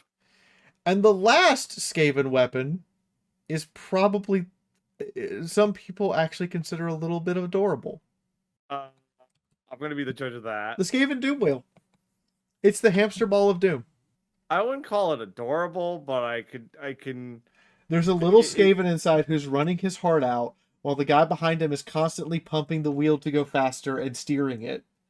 And it fires warp lightning out the front and runs people over. That's all it does. I'd say it's. I wouldn't call it cute or adorable, but I'd call it in innovative, For Skaven, that's about as cute as they get. cute, and I'm putting air quotes super hard. So up next we have the Skaven the Skaven unique named people. And first, we have Tharquwall. And I'm not going to go over Tharquwall. I'm sorry, everyone. He deserves his own episode because, dear God, Tharquwall is Gotrek and Felix are the nemesis of Tharquwall. That's the Skaven I mentioned. And oh yeah, the dude who is like, you guys are asking, you guys, I finally found you, and they're like, who are you? And he has so much about him. And he has actually killed several named characters over the course of his legacy. He has a ton of lore and information, and he's just there's too much to go over in this episode. So if we're going to start doing episodes on famous people, I'm setting Tharquwall aside because he gets his own episode just because he is intricate to Gotrek and Felix. Up next, we have a Queek Headtaker. Or as some people call him, Queef. He is one of the Queef is his name. For a Skaven, he is uncharacteristically bloodthirsty and egotistical, which is saying a lot. Wait, hold on. He's uncharacteristic, so it's the He's even more egotistical and bloodthirsty than normal Skaven. When even the Skaven consider you that, Jesus. Yeah, this dude looks like he has no chill. He has zero chill. He also, because of his larger than normal stature that was genetically engineered by Clan Moors for him and his packmates to be bigger. The reason he's called Headtaker is because of his dwarf killing technique. He will run because he has all this extra physiology. He has a powerful prehensile tail.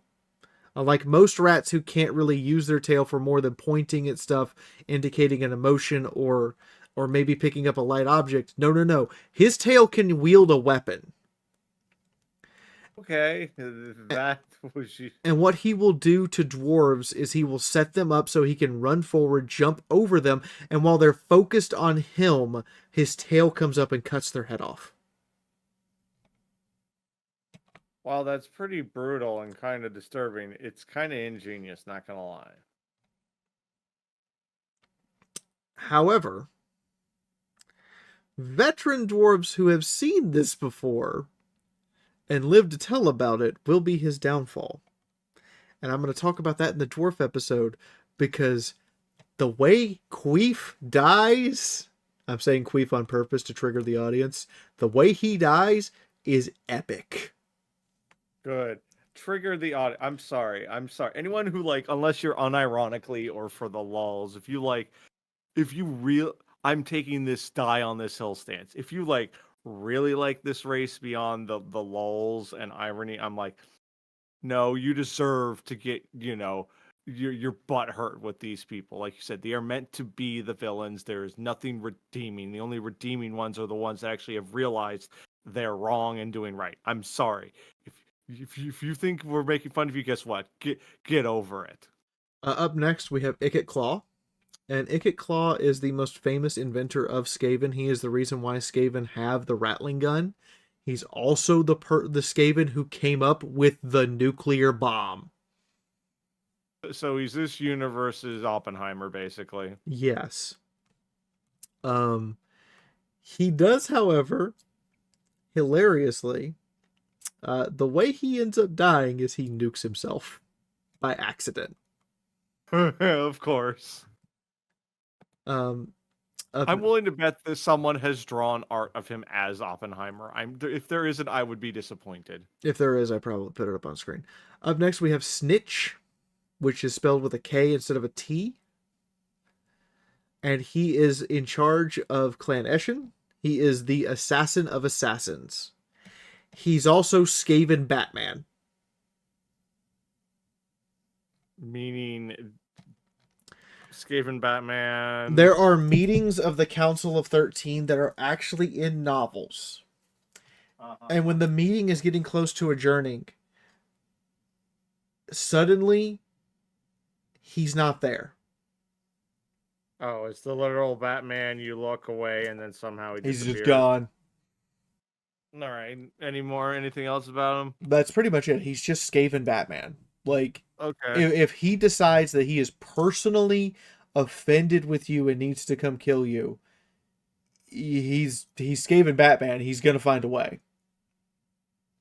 To Okay. emphasize this, he managed to kill Thorgrim Grudgebearer's eldest two sons and one of his daughters. And remember, dwarves only have 1 in 10 children as a daughter. Uh-oh. He managed to kill them, and Thorgrim ordered the city sealed. He managed to get out, despite the fact that the dwarves have a the beacons are lit at Gondor type of system for conveying messages to seal the city and lock it down. He literally got out of the city before the guards could react to the torch being lit that said, "Hey, seal the place off." Okay. And he didn't kill anyone to do it. Wait, so he got out without killing anybody. He got out. He got into the royal dwarven capital palace, killed 3 people, and got out before he could be stopped. His name in the Book of Grudges translates to Murder Demon of Darkness. That's what the dwarves call him. Okay, next. We have Lord Skrull. Again, we have a lot of these guys because there's a lot of Skaven. Because there's just a lot of them. And because Skaven are a very commonly used bad guy. They're the bad guy trope used because you get a lot of names Skaven.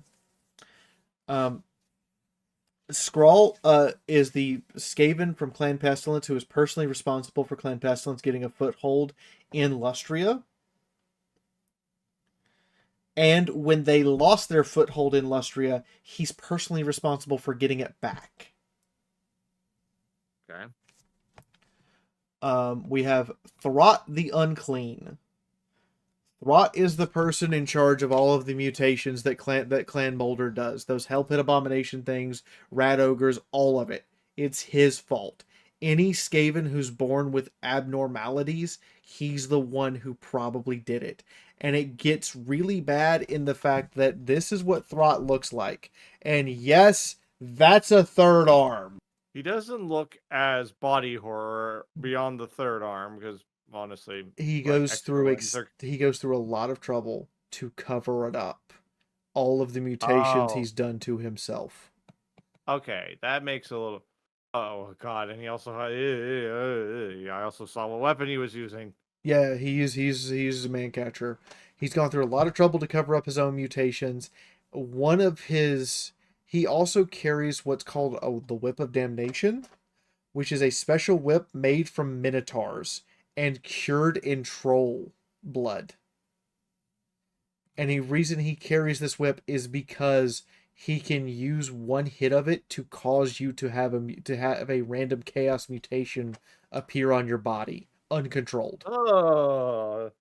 Yeah, he is not okay. You promised me next episode's gonna not be so brain bleachy. It's not. Next episode's not going to be brain bleachy. Honey, next episode we're doing the Noble Knights of Bretonia. We're doing literally Monty Python. It's okay. Monty Python, and they legitimately fully embrace being noble knights. Like, they go out of their way. They're actually, and not because you had told me there are some that are like, oh, we're chivalrous when they stomp on peasants. These are ones who are actually, they're trying to be the good guys. They actively try to be the good guys, and when they find out someone has been a bad guy, they go out of their way to punish them. Okay. Now knowing that, I can kind of push a little bit through. Okay, so next. The bad news, but the bad news is they're French. We have Skeel Gnarltooth. I'm not showing you a picture of him. Okay. What I am gonna say is Skeel Gnarltooth is the packmaster who's in charge of all Skaven beasts. At the end of the day, giant rats, rat ogres, abominations, all of these things need someone to wrangle them. And when they are being uncontrollable, they call Squeal to come get them in line. And that's what he does. Okay. Uh, Second to last, we have Trench. His name is Trench. His last name is Craventail. That tells you a lot about him. He likes to dig a hole. He is very good at digging, and he may be the only creature that has figured out how to make the orc fungus brew drinkable. Okay, that's somewhat interesting. And like drinkable just to other rat people, or like could in theory this method then have other races? We don't know, but we know he's also addicted to it now. I won, but at what cost? He is so addicted to it that he goes out of his way to raid orc camps to get the goblins and the fungus brew to get more of it for himself. He's also the only member of the Council of 13 to sit on the clan on the Skaven clan council to not have the rank of warlord. What is his rank? His rank is Grand Chieftain, which is technically 2 steps below warlord. There are other people in Clan Rictus who outrank him. Yet through treachery and guile and duplicity, he is the one who gets to sit on the Council of 13. Okay. So the meth addict managed to get on the council. And that's a phrase I never thought I'd hear, but here we are. And lastly, we have a Skaven who is renowned for using foreign weapons. Vestfit. Vestfit is Clan Etchin's executioner. When Clan Etchin believes that even Clan Etchin's leader cannot get you, they send Veskit. Veskit has been augmented with magical weapons, magical implants, genetic augmentation. Basically, once they've tested it and made it safe, he gets it.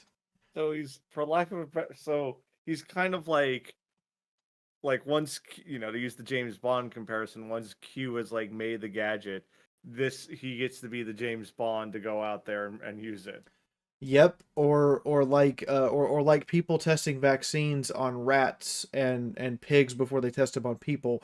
Once they've tested them on enough rats and pigs, or in this case, slaves and other Skaven, to the point that they're sure the genetic mutation is stable, he gets it. He has his blood sample must look really interesting. Well, let's start with the fact he has 4 arms. Okay. Multi-limbs I kind of find, I kind of see. And he's huge. Yeah, multi-limbs are kind of interesting when like done kind of cool. I don't know. I kind of find it cool. But anyways. There you go. He has 4 arms. Yeah. 2 of them have Skaven bio-augmetic claws and warplock rifles attached to them. Yeah, Skavens have cyberware. Hold on. I'm looking at the art. Does he just have a random like looking glass shoved onto his noz? One of his eyes was lost. That is a Skaven warplock cyber eye. He has a functioning warpstone powered primitive cybernetic eye. Does it have like a 2x, 4x optical zoom on it? Yes, it has up to a 10x optical zoom.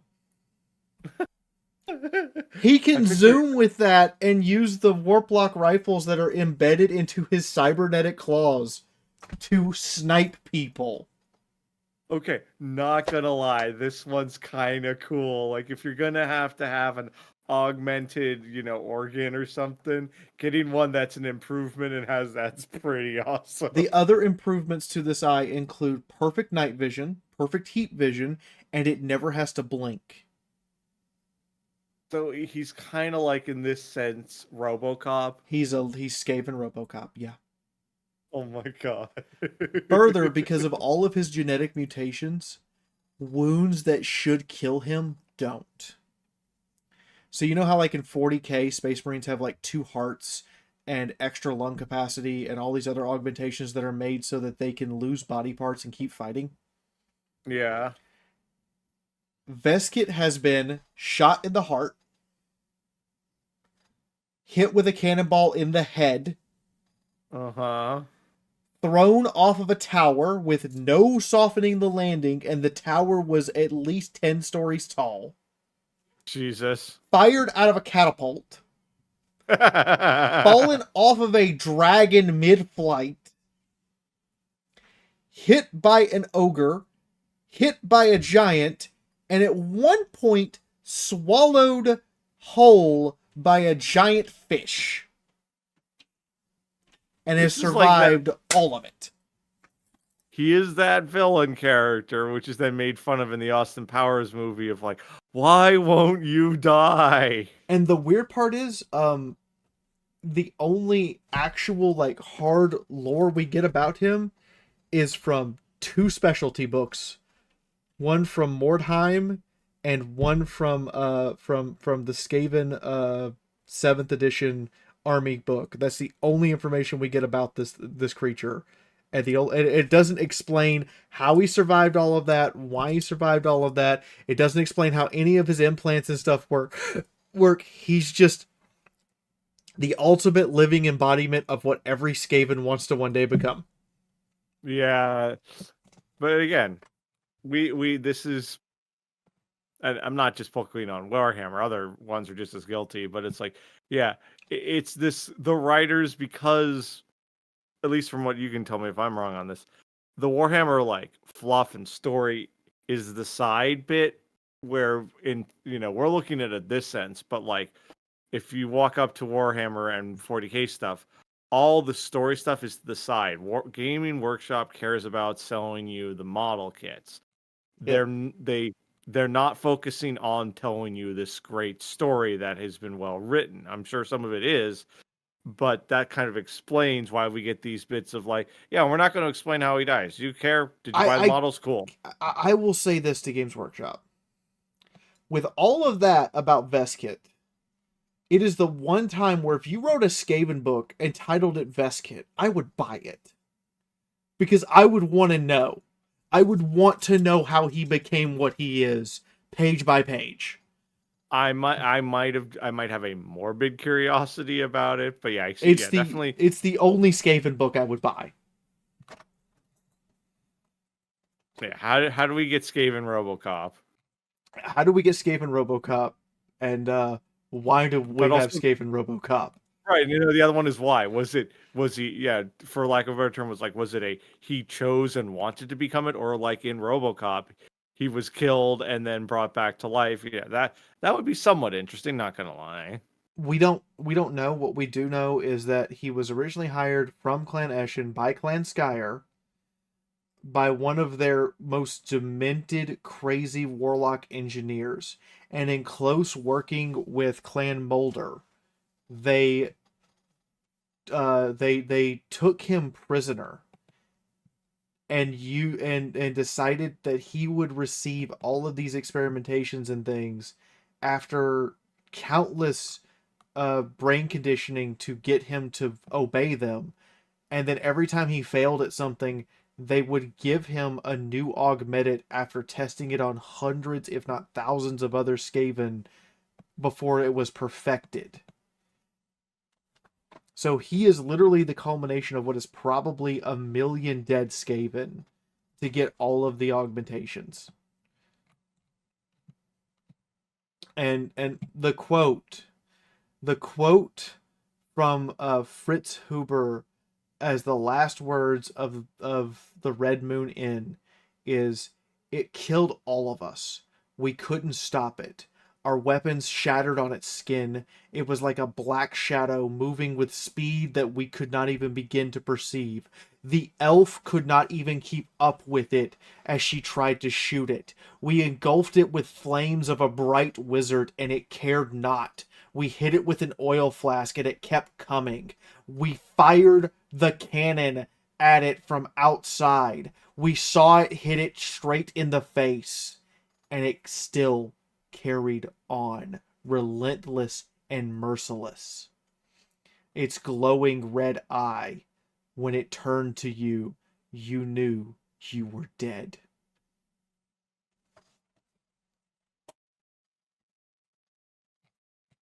Yeah, that's the Skaven. That's Yeah.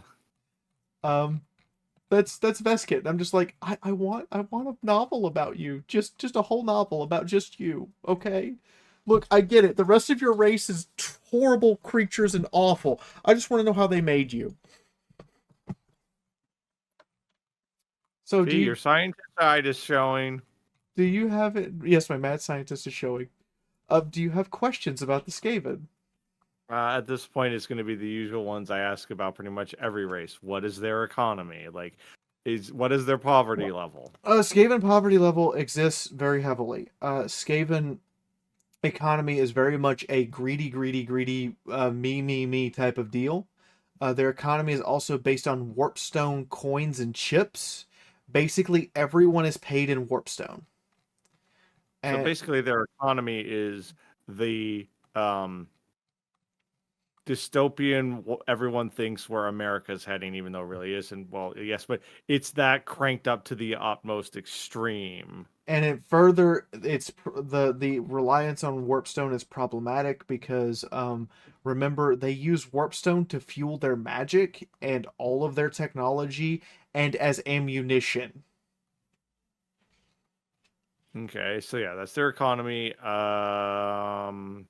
We pretty much kind of went over their weapons. And unfortunately, other questions were also answered. So, yeah. There Again, there is one part about their economy what? that you might find interesting. Female Skaven Mm-hmm. are treated with a certain type of reverence, and only the Skaven who prove themselves are allowed to mate. The thing about this is this: female Skaven are auctioned to other clans to ensure Skaven inbreeding doesn't happen. Okay, it's one of those creepy but still at least interesting how they're going about it. Rat mothers, however, have the right to tell their suitors no.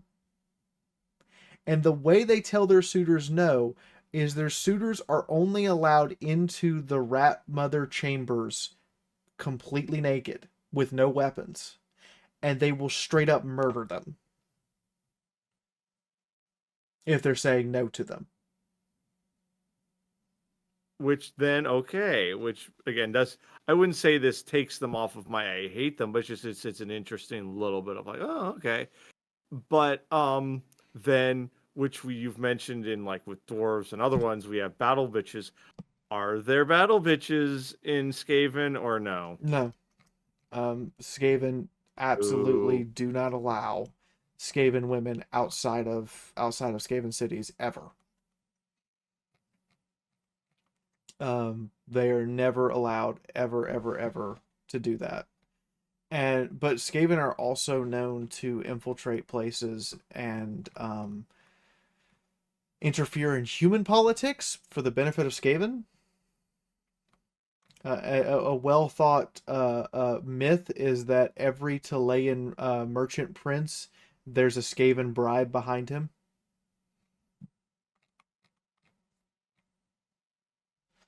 Yeah, but at this point, yeah, I've got no more questions. This is That's fair. I Skaven are the most distasteful race. They are the worst of the worst. They are, in fact, made specifically so you hate them.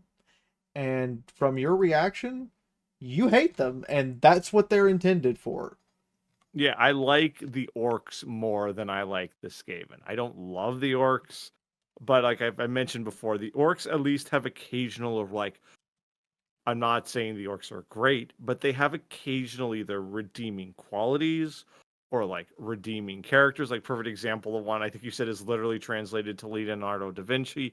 Obviously, I know he's a occasional character, but it's like that character can exist And also, in the you have, and also the orcs don't sneak around about it. They tell you, "I'm gonna hit you."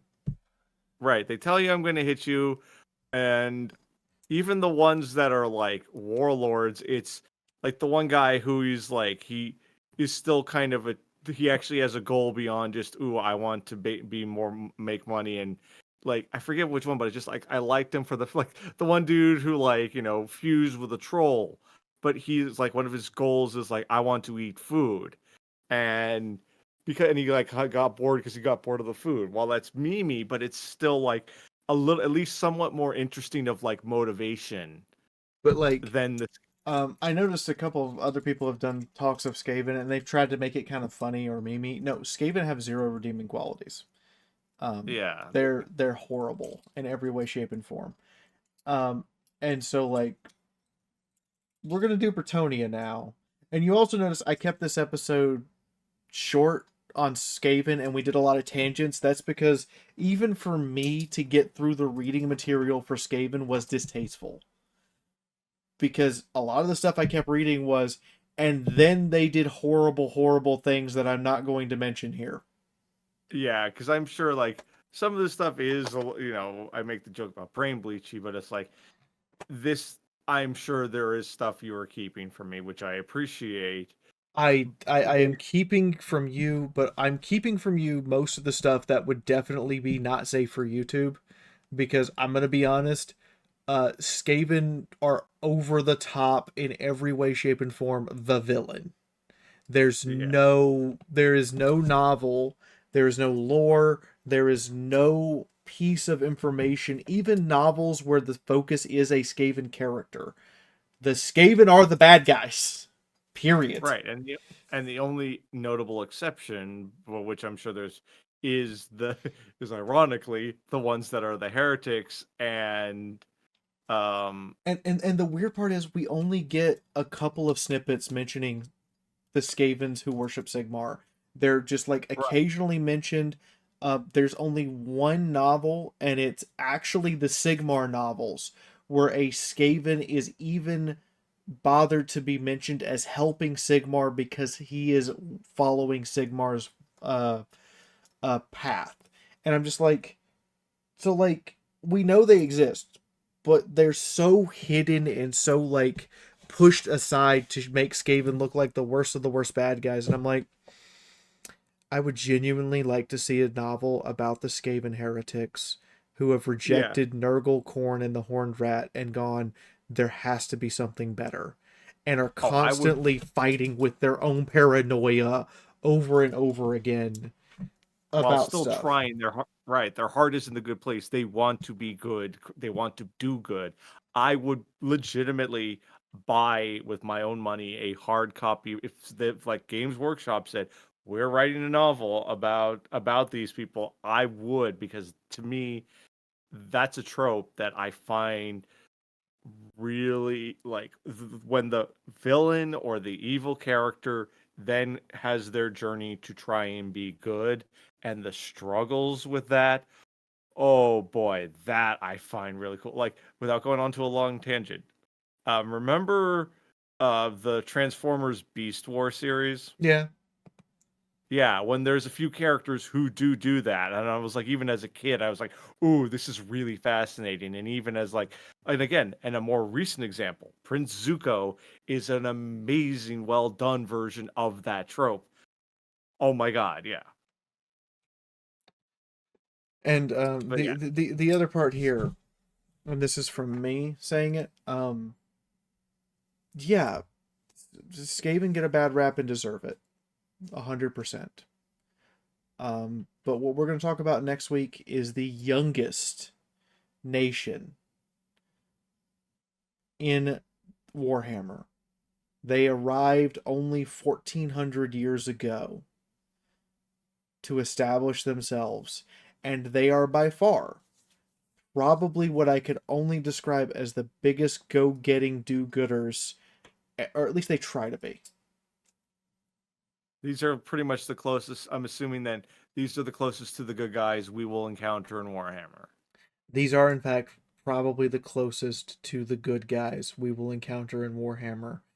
And the weird part is, they still have some bad stuff about them, but they don't. So, like, the Empire tries to put off this aura of we're the best and all this other stuff, and put the bad stuff out where people can't see it. And the elves do the same thing. Bretonia goes, no, this person did a bad thing. Here's the bad thing they did. Here's what we did to make it right. And it's the weirdest thing I have ever read in any literature or history book or anything, where a nation willingly says, we did a bad thing. Here's how we tried to fix it. Yeah, that even like, yeah, we'll probably talk more about that in the actual episode. But it's like, yeah, even there's very rare examples of that, even in like modern times, where like you can name any nation. It's very rare where they admitted, yeah, we're sorry for this atrocity we did. We're sorry, and we're going to try and make up for it. It's very rare. Also, I'm going to brace you about one thing about Bretonia. Yeah. They're the Amish of Warhammer. Oh boy, like Amish as in like Rejection of technology. Okay, if that's their one of the worst parts, I'll take it. But again, That's probably the worst part about them.